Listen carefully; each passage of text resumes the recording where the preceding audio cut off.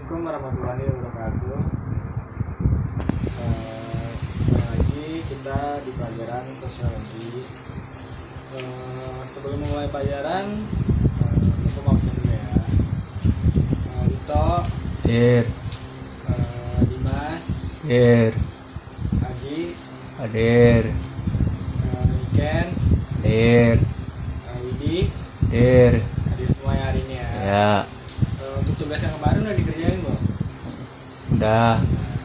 Nanti dikumpulin di akhir pelajaran ya. Ya, Di sini Bapak ingin melanjutkan materi tentang kelompok sosial di masyarakat.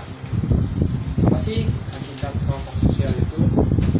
Nah, mari kita belajar bareng-bareng.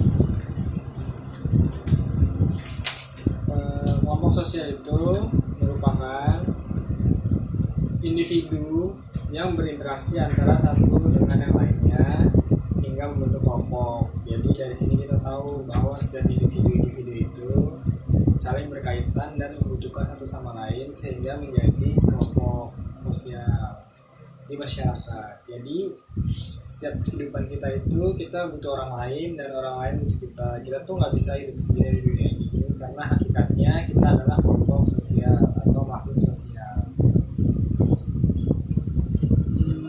Kalau teori menurut Paul B. Horton dan Chester L. Hunt tahun 1999, kelompok sosial merupakan kumpulan manusia yang memiliki kesadaran akan keanggotaannya saling berinteraksi. Jadi kehidupan sosial juga tuh nggak harus tentang kayak kita kenal orang, jadi harus adanya interaksi antara satu sama lain. Lalu setelah kita tahu kelompok sosial itu, sampai sini ada yang mau bertanya nggak? nggak ada. Nggak ada yang bertanya. Lalu kita lanjut ya. Faktor untuk pembentukan kelompok sosial. Tadi kan kita sudah tahu kelompok sosial itu apa, hakikatnya itu apa, dan menurut para pakar itu gimana. Nah, kita sekarang membahas tentang faktor pembentukan kelompok sosial atau gimana sih, kenapa kelompok sosial itu dibentuk dan mengapa gitu. Karena apa? Yang pertama adalah karena kedekatan. Pengaruh tingkat kedekatan tidak dapat diukur dalam kelompok sosial. Jadi, semakin dekat jarak geografis antara individu, maka mereka akan saling melihat, berbicara, dan bersosialisasi. Maksudnya itu adalah ketika manusia dekat dengan kita sebagai kelompok sosial, dekat dengan kayak misalkan RT 4 dan RT 5 itu kan saling berdekatan, atau tetangga kita lah.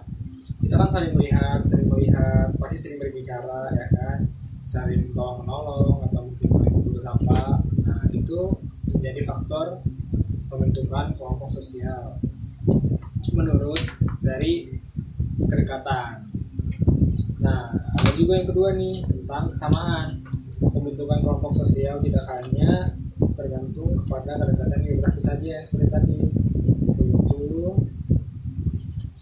kesamaan antara minat, kepentingan, kepercayaan, nilai, usia, karakter maupun yang lain-lain.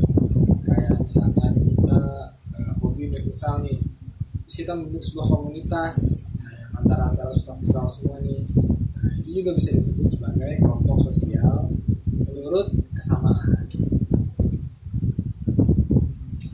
Lalu selanjutnya adalah adanya dorongan untuk mempertahankan hidup. Nah, ini salah satu alasan mengapa manusia harus berkelompok satu sama lain dan harus saling berikatan. Karena kita tidak bakal bisa hidup sendiri di dunia ini. Jadi manusia ingin bertahan hidup, jadi harus berkelompok dengan manusia lainnya. Agar kalau misalnya kita ada apa-apa, ada yang dibantu, atau mereka ada apa-apa, kita bisa membantu. Karena tanpa mereka kita ya nggak bisa apa gitu, tanpa manusia lain. Terus yang kedua, adanya dorongan untuk meneruskan keturunan. Nah, ini juga penting sih karena ya manusia kan harus dari zamannya Nabi Adam harus berketurunan kan. Jadi ya kita butuh lawan jenis dan menikah biar kita mempunyai keturunan. Sampai sini udah paham semua belum? Udah Pak. Ada yang mau nanya? Enggak. Lalu selanjutnya adalah macam-macam kelompok sosial. Yaitu yang pertama adalah in group dan out group.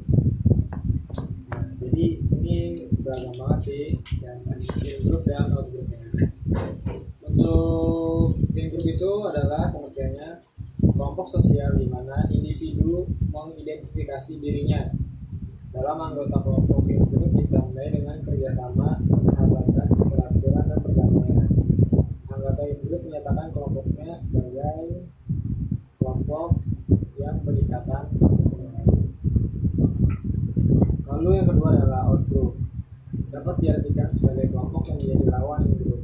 Dalam out group ditandai dengan sikap ketidakpedulian, kebencian, permusuhan, dan sikap saling membenci. Jadi in group itu kayak berkaitan dengan kebaikan. Kalau yang out group itu berkaitan namun ya kebalikan dari itu. Keduanya sangat mempengaruhi perilaku baik yang berada di dalam in group maupun out group. Jadi kayak kelompok sosial itu atau lingkungan, nah, kadang bisa menjadi pengaruh buat perilaku kita. Misalkan kelompok itu kayak kegiatannya positif semua, kan kita bawa arus menjadi positif juga. Itu pun sebaliknya kalau misalkan kita berkelompok dengan orang-orang misalkan jahat atau bandel, pasti kita ikut seperti itu. Itu hakikat dari in-group. Dan selalu munculnya etnospesialisme dalam kelompok.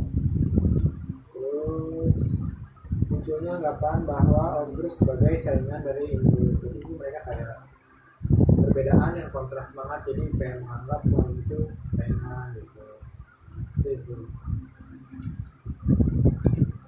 Dari sini ada yang mau tanya nggak? Enggak ada Pak. Sudah jelas kan semuanya? Jelas. Oh ya, nanti tugasnya jangan lupa ya di 2018 Iya. di akhir pada kalau misalkan dari nanya kepala itu lagi ya. Ya.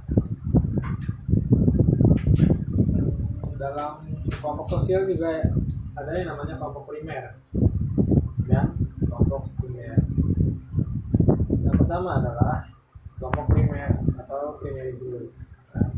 Menurut Thornton 1999, kelompok primer merupakan suatu kelompok di mana kita dapat mengenal orang lain sebagai pribadi secara akrab.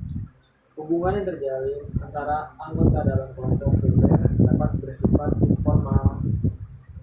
Menurut Cluy, ruang lingkup terpenting dalam kelompok primer ini adalah keluarga, teman bermain pada waktu kecil, rukun warga, serta komunitas orang dewasa. Jadi dari sini kita simpulkan bahwa kelompok primer itu adalah kelompok sosial di mana orang-orang itu orang-orang terdekat kita, kayak misalkan sahabat kita, teman kita, teman satu kampus, sekolah, yang sering bertemu dan kita mengenal pribadi dia dengan baik. Jadi kayak misalkan kita tahu bahwa misalkan contoh Wito itu orangnya kayak baik, rajin, segala macam, kita udah paham karakternya. Nah, itu bisa disebut sebagai kelompok primer. Syarat untuk membentuk kelompok primer juga ada nih. Itu pertama adanya kedekatan antara anggota kelompok. Mewajibkan. Jadi kelompok primer kan dari tadi saya jelasin kalau misalkan harus dekat dengan kita, saya bertemu, melihat dan berinteraksi secara langsung. Terus jumlah anggota kelompok sedikit ya, karena kan primer, jadi ya teman dekat kita kan juga nggak terlalu banyak kan. Hubungan antara kelompok bersifat langgeng. Nah, ini kayak sahabatan itu udah atau mungkin juga bisa keluarga, itu juga termasuk kelompok primer ya, karena kan mereka sering ketemu tiap hari, interaksi, kerjasama. Terus lalu ada pertanyaan nggak dari kelompok primer ini? Enggak ada Pak. Terus selanjutnya adalah kelompok sekunder.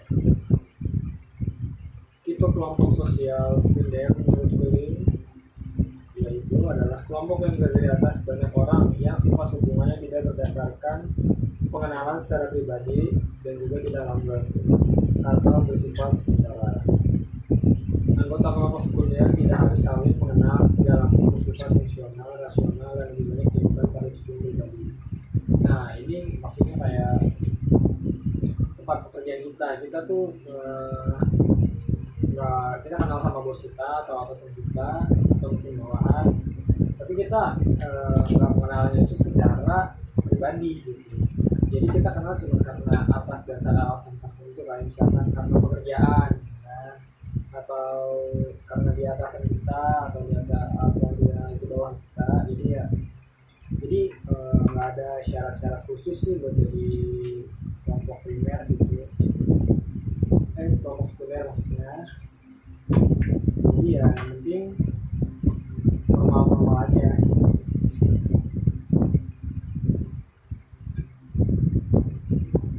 Jadi udah jelas ya perbedaan antara kelompok primer dan sekunder.